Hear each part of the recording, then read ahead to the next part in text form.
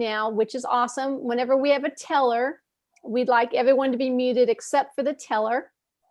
So that, you know, if your dog's barking, like Nathan, if you can mute yourself, I don't think you're muted. No, I'm not muted yet, but I can. Yeah, that'd be great. Okay. Awesome. And that way, you know, dogs come on in, or your husband's barking at you too. No one will be able to hear that. Okay, so that helps out a whole lot. My name is Sue Kuentz, and I am the president of the San Antonio Storytellers Guild. And we do meet once a month, the very first Wednesday of each month. Since we're virtual, we only meet for an hour from 7 o'clock to 8 o'clock. And we hope that you come join us each month. We typically have chosen tellers, but every once in a while, we'd like for you all to tell a story or two, or a poem, or sing a song. We'd love to have you. And this is that month, since it's the beginning of the new 2021 year. Nathan couldn't have said it better. He said this is the month of inspiration. And so hopefully our stories will show that in some way. Before we get started, and very, very quickly, the month of December was actually our last month when it comes to membership. And so the dues are due this month in January. So those of you who are San Antonio members, or who would like to join us, this is the perfect month to do so. And right in the middle where you see John Hale's name is the information about how you can join us. You can simply just go to sanantoniostorytellers.org and renew your membership of $20, or you can actually send a check to our treasurer, who is Pat Schieffer. And if you would like me to send that to you, because it may be difficult for you to see, feel free to just write a little note and put it into that little message, and we'll send that to you if you're interested. Our Zooms are always free. And when we ever get back to real live storytelling, where I can actually give you a hug, pat you on the back, shake your hand, we'll be meeting at the Brook Hollow Library, which is what we used to do. And we would meet from 6:30 to 8. But until that happens, this is the best we can do. We do have our workshops. We have a fall workshop, and we're planning on having a spring workshop, and it'll all be Zoom. And we try to keep the price down. We bring in great storytellers. And of course, we meet monthly like this. And we are so appreciative to all of our members. We wouldn't be an organization without you. So with that said, I wanted very quickly to let you know who our members are.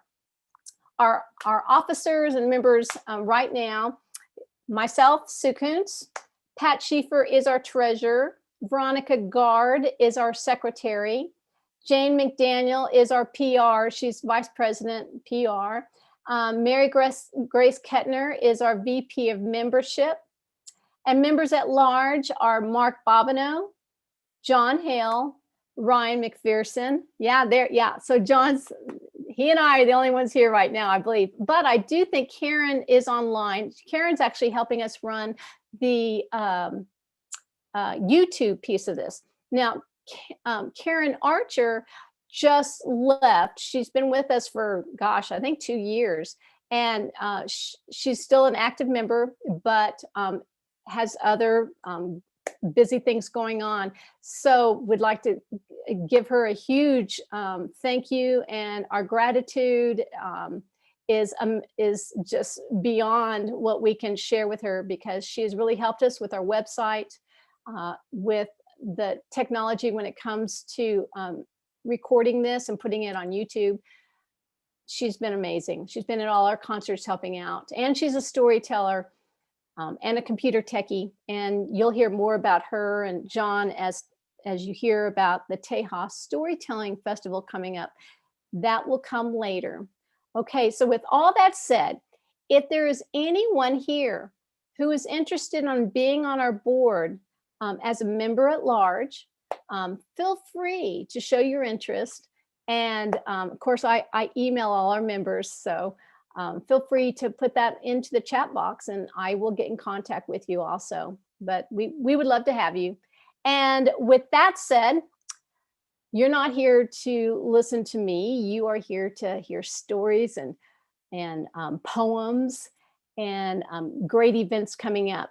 So our very first teller will be one of our board members and our Zoom master, John Hale. And he's smack in the middle of my screen. I don't know about you guys, but hopefully if I put this on speaker, we'll be able to zoom in on John. Right, John? All right, thank you very much, Sue. Get the microphone up there.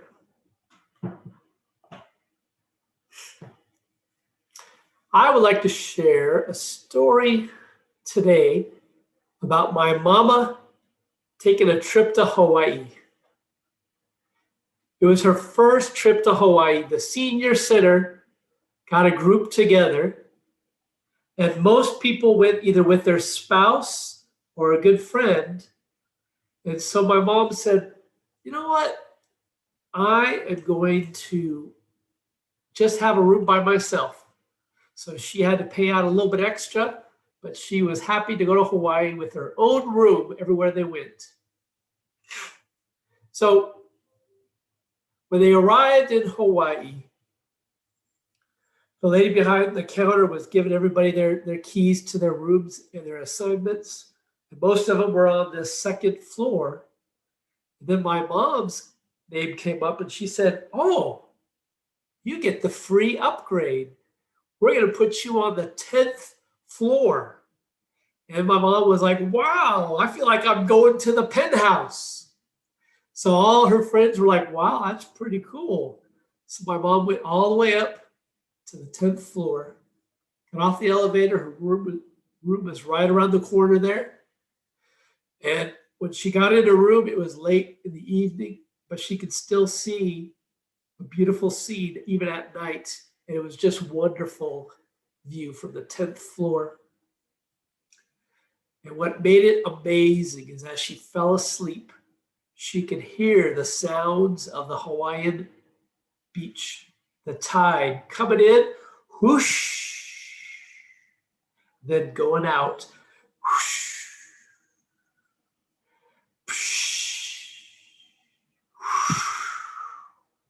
And she easily fell asleep.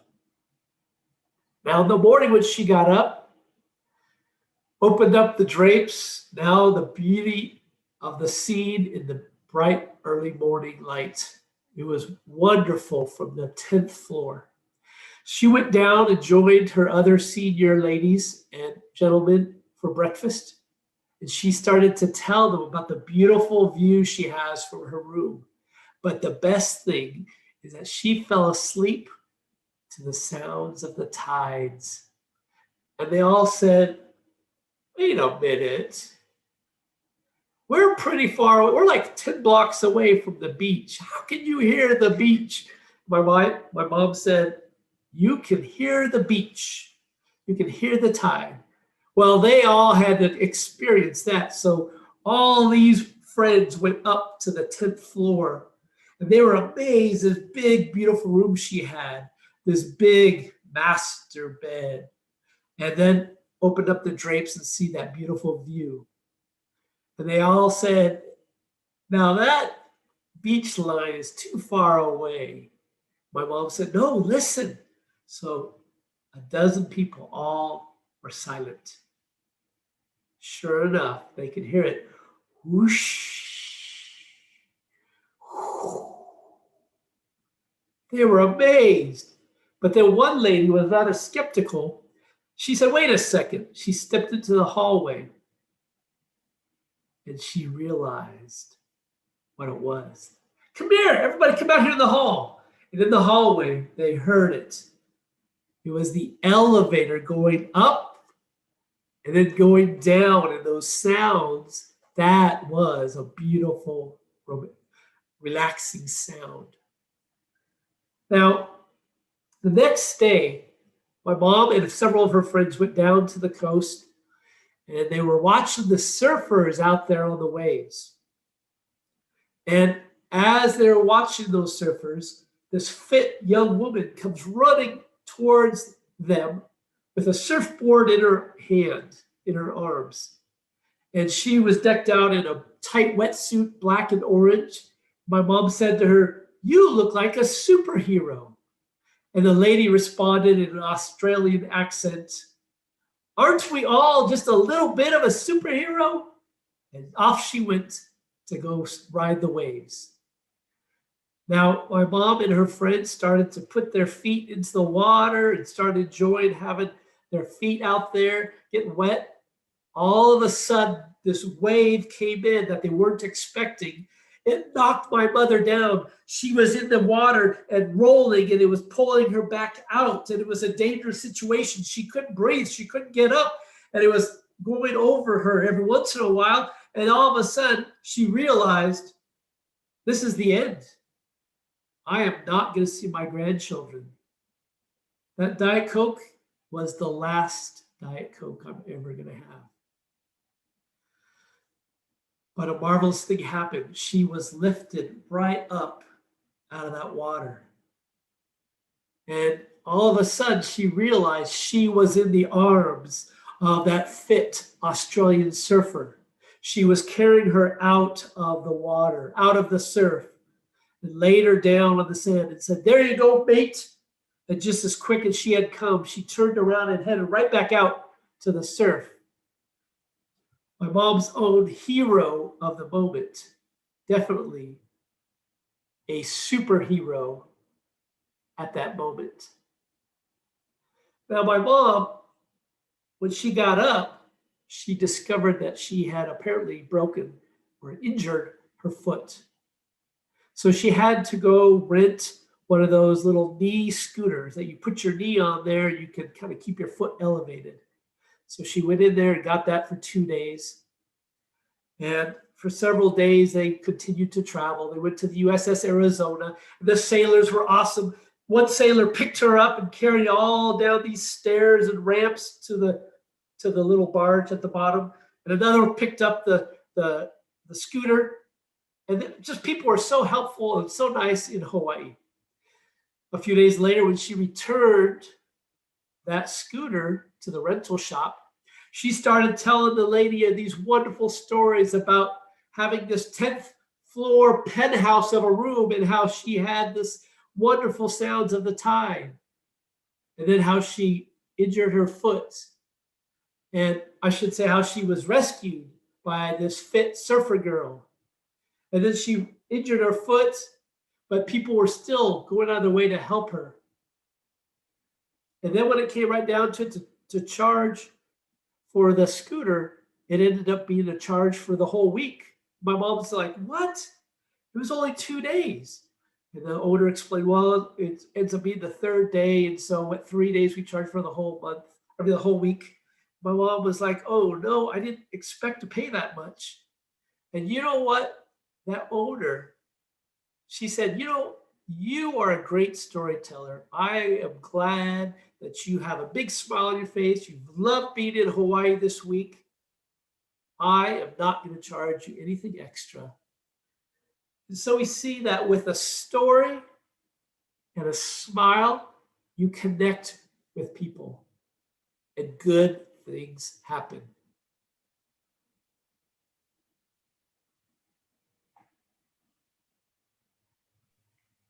I love that. And I love that you put your hand on your heart and you connect with people. Yes, our hearts and our minds. Oh, what a great story.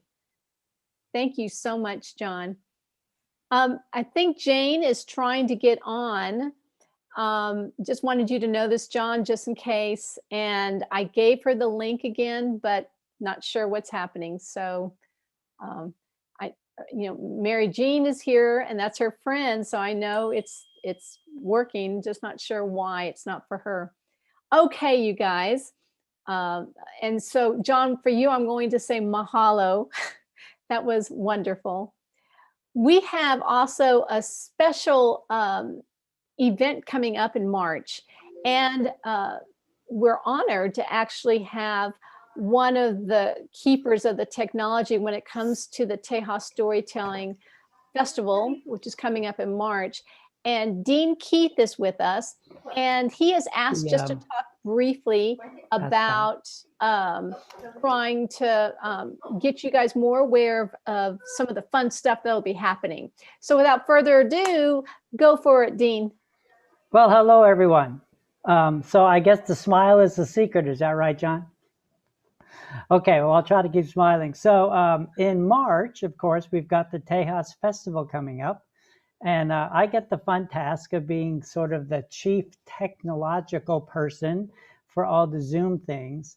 And what I'm doing is I'm going around to each of the different storytelling guilds. And contrary to kind of what, not too contrary, Susan, but technology can seem like it's really challenging. So when I'm going to be asking you to consider being one of the co-hosts for one of the storytelling events, and we've got a bunch of storytelling events coming up in the festival, so many that we need at least about 30 people to kind of participate to help out, to basically be co-hosts. So not to get too in detail, because we are going to do training, but the co-host isn't doing too much more than being another eyes and ears for the host, to keep an eye on the chat box. And I'm going to be posting something here in the chat box so you all will see it, as well as maybe keeping an eye on an email, because what will happen in the chat box as people are watching is that they may have some type of question. And so not having the whoever's doing the workshop or whoever's doing the storytelling, having to keep an eye on that chat box. We've got people that are going to be sort of behind the scenes, and that's the co-host people. So technologically, not a big deal. It's just a matter if you can type, and if you can just sort of pay attention and be a part of that team, then that's what we're looking for. So let me go ahead and paste that in here. All right, so I've included my email address, as well as there's a link there that will take you to a website for you to fill out a form to say that you would like to participate and volunteer. And again, do not be intimidated by the fact that we're talking computer technology, we're talking Zoom. As John will tell you, I'm sure it's not that big a deal, right, John? Would you echo that? It seems like it's overwhelming with all of the features that are here, but most of that stuff is going to be done by whoever the host will be. I'm hoping that John, and I think Karen too, I heard you're a little technologically savvy, so you may want to consider being one of the hosts. But basically, it's just going to be part of a team, a tech team, to kind of keep things moving and to help people who are just being watchers, basically, for the event, to maybe answer a question in the chat screen and kind of help keep an eye on things. Any questions? Yeah, we are going to have some training sessions, so we'll be live.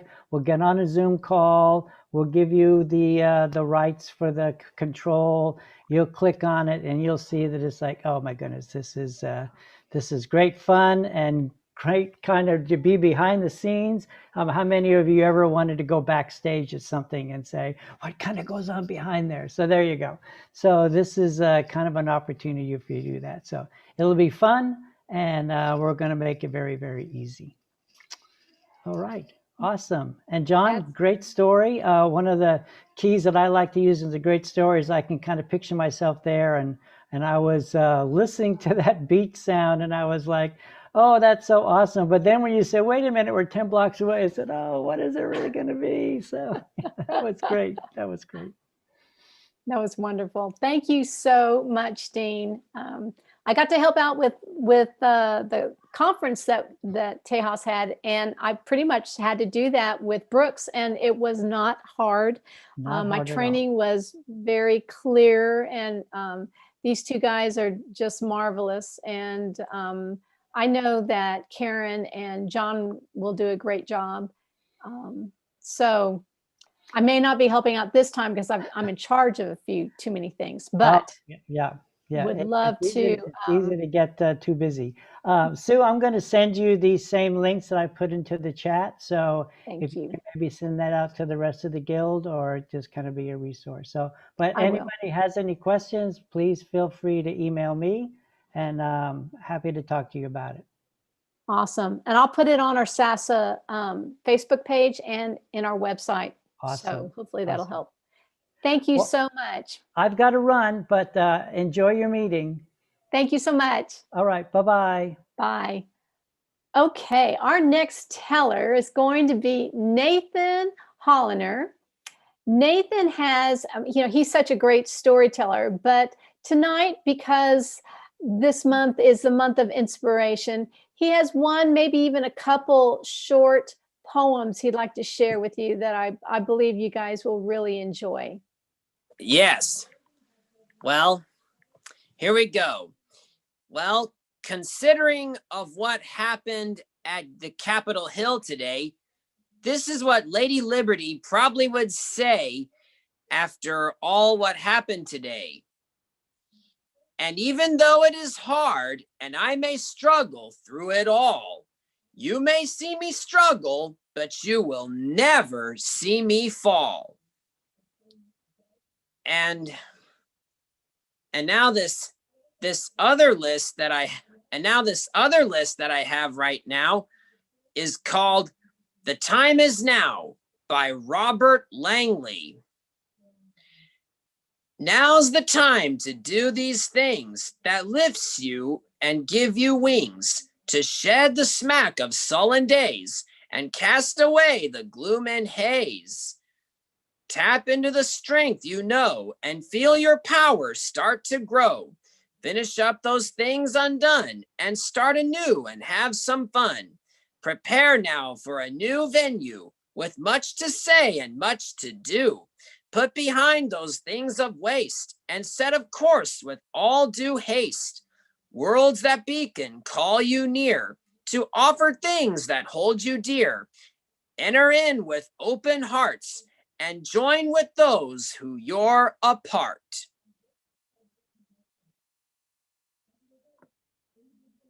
Thank you so much. No, thank you. It's so nice to have that uplifting, those words just read to us, because it's so important to remember that. Yes. I'm pretty sure you all heard the news of what's going on at Capitol Hill today. Yeah, we did. And we're just, we know that we're better people, and we just know tomorrow's going to come, and kindness will thrive. Yes. And so I thought after hearing what's going on Capitol Hill today, I thought today would be a good time to find a little poem about what we should do for our future correctly. Yes. Thank you so much, and so appreciated. You're welcome. Well, we'd like to thank John, and we'd like to thank everyone who's come on tonight so far. Those of you who have just joined us, if you would like to tell a story, a poem, sing a song, feel free to put that into the chat. We'd love to have you. I know Jane is trying desperately to get on. Looks like you're on, Jane, but maybe just not the video. But hopefully we can get more people on. In the meantime, we have another fabulous storyteller who is 100% Texas, inside and out. And every time he joins us and his beautiful wife, it's always a pleasure to hear his stories and to hear his poems And if you have never heard Charlie Whipple, you are in for a treat. And I wanted to say one little thing. I was given a little clue that there's going to be some marvelous stories and poems coming out in a book. Not right now, but this is a lifetime of stories that Charlie has gathered with his own experience and love of Texas. And until we can hear more, I will definitely let you know and post and let you know that this Texas treasure will be out when it is. And so we can all grab a copy. But without further ado, I'd like to give you Charlie Cowboy Whipple. Thank you very much. I'm afraid what I have tonight has nothing to do with Texas, but the book has a lot to do about Texas, and it'll probably be coming out probably in about a month, maybe a month and a half or 2 months. And it consists of a collection of poems I've done through the years, as well as a lot of stories, mostly true, a few fictional. But anyway, I think it'll be very enjoyable to read. So I have just one little poem I'll read, and the name of it is Cats. The old lady, an alumna of Vassar, rocks as she tats an antimacassar. She sits on her porch in her old rocking chair, while the porch is crowded with cats in her care. One cat is scratching a flea in its ear. One cat is licking its rear. 3 cats are stretching. One cat is retching a fur ball like nothing at all. 2 cats are meowing. One cat is yowling. One cat is prowling. 3 cats are sleeping. One cat is leaping at a moth high in the air. The tail of one cat is twitching. 2 cats have spots that are itching. 5 cats around her have their long tails perilously near to her old rocking chair. One cat in her lap starts to purr as she gently strokes its fur. There's not a mouse in her house, nor any rats, not with someone who has 23 cats. That's it. That's not just it. Wow, 23 cats. Oh my gosh. Now, is that poem your poem? Did you write that? Oh yeah. I was inspired by a memory of something like that up in Austin when I was going to UT, and the front yard was full of cats. It was close to old house, close to downtown Austin, and the porch was full of cats. And anyway, I guess that poem kind of stems from that memory. That's pretty amazing. Thank you so much, Charlie. You're very Now, welcome. Charlie's wife, Susan, is also a storyteller. I don't think she has a story tonight, but hopefully she'll join us next time with a tale. I see Mark and I see Candi. So welcome. I don't think I got to see you earlier. So glad you're here. Candi, do you have a story you'd like to share? No? Okay, no, that's fine. Jane has been trying desperately to get on. I don't know why she can't. I've given her the link, but she just messaged me that whatever's happening just isn't quite going her way. I see that she's on, John, but I don't know what that means. Maybe that's, yeah, I don't know. So is there anybody else who is with us tonight who would like to share a tale or an anecdote, just something that's been happening during this coronavirus that maybe is out of the usual? something that's changed in your life, maybe for the better, maybe for the worse. Who would like to just share? It doesn't have to be a story, just maybe some silver lining that's come out of almost a year of being very, very careful. Anybody want to share? Okay. The history of tinsel, and it's technically a silver lining, but was December story, and I didn't get on. So wait, start over again. Say that again. I said I know the meaning behind tinsel now, and it's literally a silver lining. But it was a Christmas story that I wasn't able to tell at work or at home. I mean, online. So that's the only thing I know. Is it a story you would like to tell tonight? Yeah, I mean, sure. We'd love for you to. There was a country family that had nothing, and the mom worked very hard that day, the night before Christmas, or Christmas Eve, as we call it, to get the house ready for her family and Jesus or Santa, whichever version you choose to tell. And they didn't have anything, and they went out and they chopped down the tree, and my mind went blank. They chopped down the tree and they decorated it with the very few items that they had, berries, and they made a popcorn string, and when they were sitting around, and the mom sent the children to bed.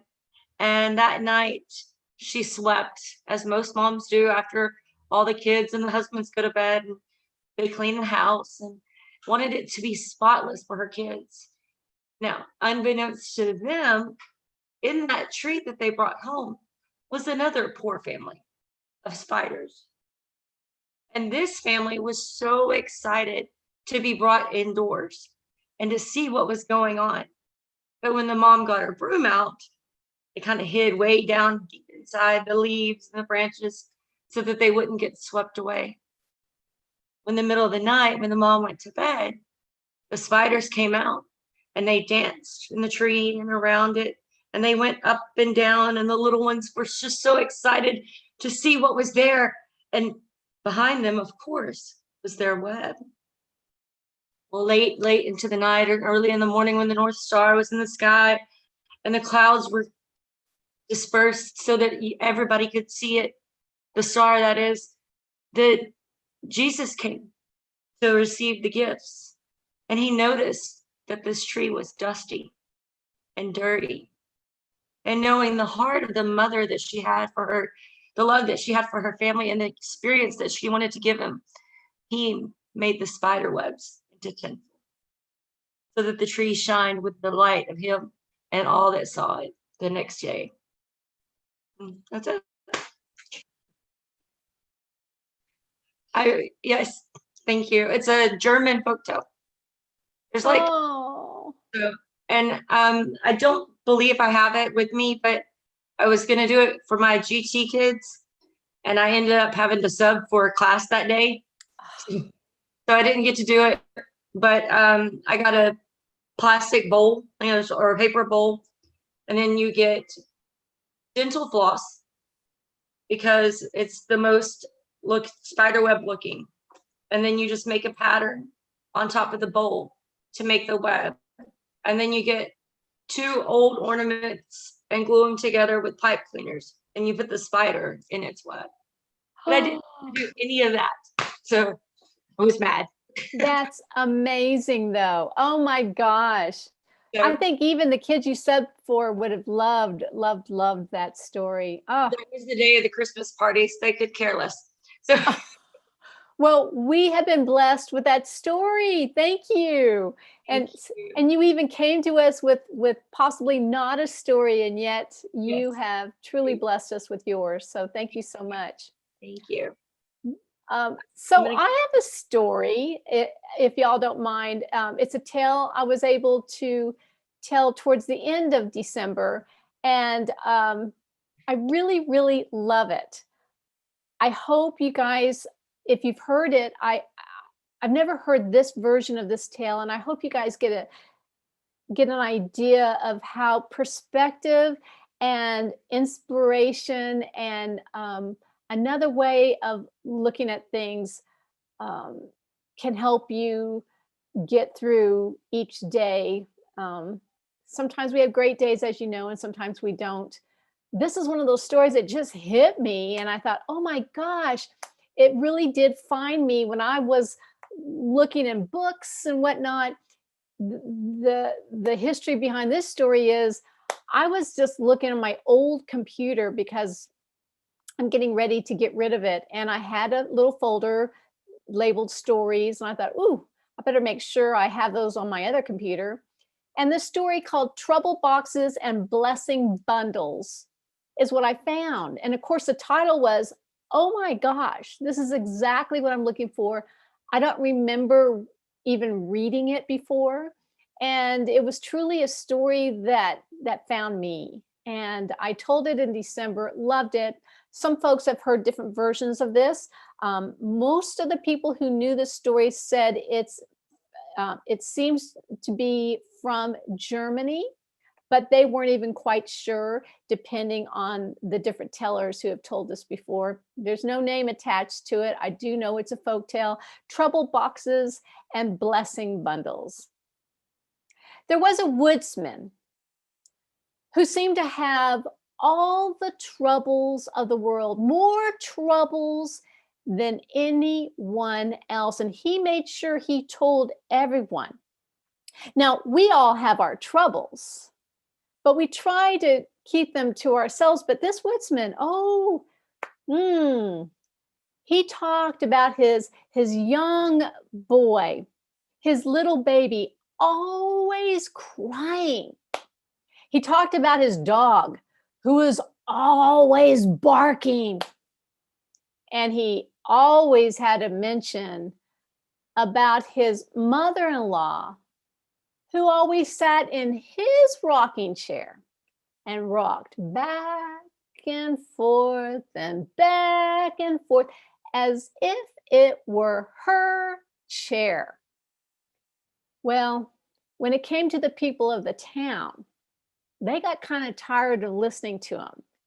And when he was walking down the sidewalk of the town and they saw him, they would cross the street, they'd hide to try to get away from him telling everyone about all the troubles of the world that he held on his shoulders. Well, there came this one day, this woodsman was out in the woods. And he was trying to find those dead branches and huge chunks of wood that he could cut down.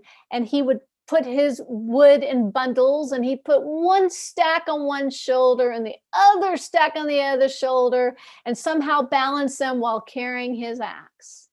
And he'd be walking through the woods back to the town. But this particular day, there was a woman. She wasn't old, but she wasn't young. She was someone he had never seen before. From the boots she was wearing and the clothes she was wearing, and just observing her, he could tell she was a traveler, probably had no home of her own, maybe selling items. He wasn't sure, but she was sitting on a rock and she had been observing the birds. You could tell she was trying to listen, and she'd be picking up leaves and actually filling the veins of each one of those leaves. And he figured she also loved nature.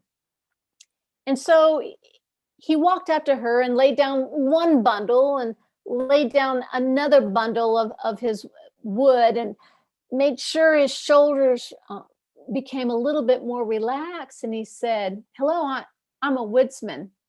People call me the woodsman." And this traveler, this woman, looked up at him and said, "Yes, I know. You're the woodsman with more troubles than anyone else." Well, the woodsman was a little set back. How do you know that? I have never met you before. I'm the keeper of the trouble boxes, this woman replied. And your box is huge. Would you like to see it? Well, of course, The woodsman never knew that there were boxes filled with trouble, and a curiosity just overtook him. And she said, it's just right over here behind the waterfall. And so he picked up one of those bundles and followed her behind the waterfall into this huge cave. And once he walked back there, the smells came to him. They were bad smells. They were the smells that raised the hair on the back of his neck, and the fog, the smog, the mixture of smoke and fog, where nothing was quite clear. It was definitely the feeling of a place he would rather not be. And then she said, your box is the largest one. Would you like to look in it? Well, the woodsman, he walked over there. He had that curiosity. He took the lid off, and sure enough, yep, there was a baby just crying away. It was his son. And oh, there was that dog just barking like it's nobody's business but the dog's. And then there was that rocking chair just going back and forth with his mother-in-law rocking in that chair. He put that lid down and he said, yep, those are my troubles.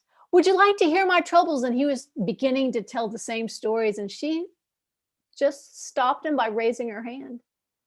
She said, you know, you could choose any of these other boxes and have these troubles instead. Would that be something you would want? He looked at the other boxes. They were all much smaller. There was one that was just really small. And he looked at her and said, yes, absolutely. She said, well, choose. He went to the smallest box, which seemed just to relieve and take everything off of his shoulders, and he opened it up. But what he saw was not what he thought. It was a very young, sickly baby, someone who was crying from fever, from sickness. He put the lid on and said, oh, I don't want this trouble. No, I don't want this. He moved to another box, and he opened that box up, and inside this box, you could hardly make it out, but it was a dark home, but glass was breaking, and you could see shadows running back and forth and jewelry being tossed. Oh, it was a house that was being robbed by thieves, the thieves at night. Oh, it was too much for him. He put the lid back onto that one. And then he found one other box. He thought, certainly this would be a box that I could take with me. And he opened it up, and it was more the feeling of what he felt than what he saw, for it was a home with no love in it at all. And it made him sick. He put the lid back on. He said, traveler, I think I can take my trouble box. I think I'm good with that. I'll hold on to that box. And she looked at him and she said, that's fine. That's fine. Trouble is trouble. But before you go, I have one other room I would like to show you. Why I call it the blessings of bundles. And come over here and come look at it. And he followed her and picked up that bundle of wood that he had. And he walked into this other room. And as he walked in, the smog, the fog, it disappeared, and light. It was as if walking out of that cave, but he was just in another room. And the smells were of nature. There were floral smells that just lit up his sensory, and he could hear birds singing. He could hear happy voices, and yet there was no one else except himself and the traveler. And she said, these are bundles, and you happen to have your own large bundle over there. Go check it out. He looked at all of the bundles, and the largest one, she nodded her head. It had been covered with beautiful, beautiful ribbons, colors of the rainbow, colors of butterflies. And the bow itself was so ornate, it made him smile. He took the bow off and he took the ribbon off, and he very, very gently unwrapped the blessing bundle. And the first thing that came out were these little hands of a little baby boy grabbing him and loving on him. It was his own son, he felt. And then there was, right next to that, a home. It was dark, and he could see the thieves, but there were dogs just barking away, scaring those thieves away. And one of them was his dog. He could tell by that bark. And then the third object he saw was his mother-in-law. Oh, she was rocking back and forth in that same rocking chair. But wait a minute.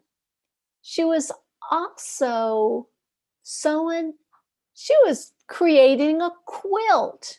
And the more he looked at her doing that, he noticed that the quilt was made from the blankets that he grew up with, and the shirts from his family, and from some of the tablecloths that they used to celebrate a lot of their holidays with, made of pure love. And when he saw that, he looked at the traveler and understood and thanked her. And so when he walked back out outside the cave, around the waterfall, he picked up that other bundle of wood, and with both bundles, he made a huge campfire to keep her warm. He said his thank you, and off he went. One thing he remembered, though, that he wanted to make sure he said, was he turned around and walked back to her to let her know that he understood what she had shown him. When you count your blessings, your troubles will fade away. The end. Thank you guys very, very much. I love that story. All right. Is there anyone else here who would like to share a tale or an anecdote or poem?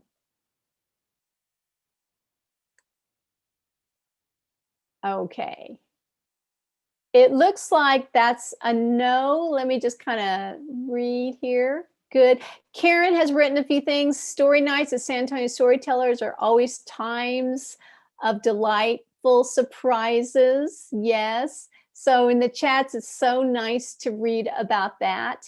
Again, John Hale did put in, if you're interested in renewing your San Antonio dues, that information is also in the chats. Feel free to get that. And there was a reminder, since Karen and John are helping us out with recording this, all of this will also be on YouTube. You can always go back and check through that to hear more information. So I think that's it. All of you beautiful people are perfect for this video. So thank you all so very, very much. Please feel free to unmute. And if you would like to stay on, we have about 10 more minutes. Yes. I do want to say Mary Jean is all the way from Georgia. So That's impressive. Yes, she is our out-of-stater. And she did come, I know, to hear Jane. I think Jane desperately tried to make it. But Well, for I loved it. I love the stories, and it's just been so much fun being here. And thank you for letting me join. Just oh, well, great. from the heart, thank you so much. Please continue to join us. I would like to. I would love like to to. It's a have long ways from Georgia, and it's nice to be able to get there.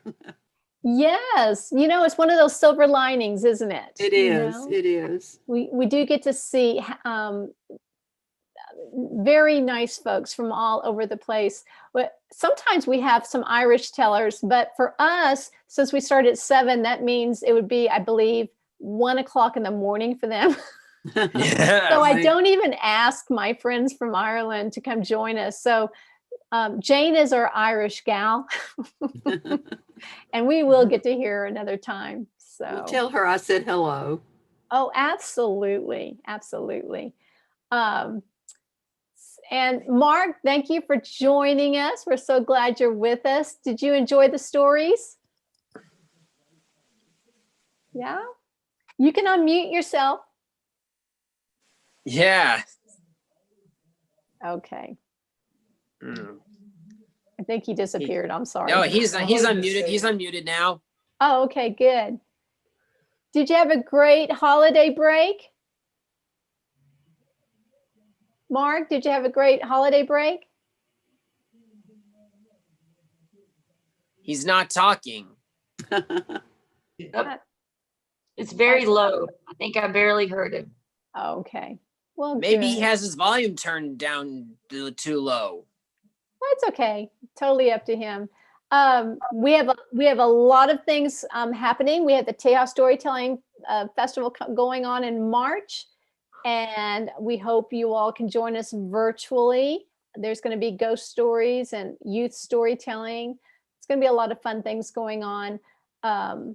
And hopefully, if any of you want to participate behind the scenes, I know that'll be highly encouraged also.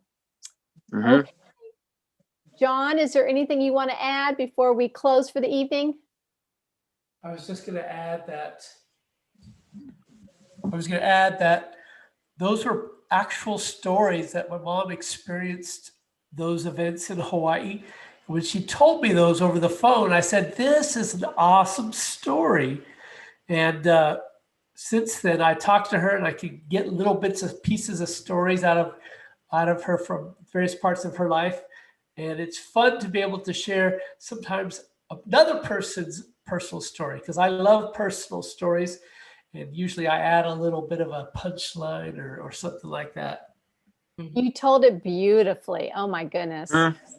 And as soon as you said it was in Magnificent. Hawaii, I transported myself over there because I miss the island so much. So it's Yeah, nice to so be did back. I. Town.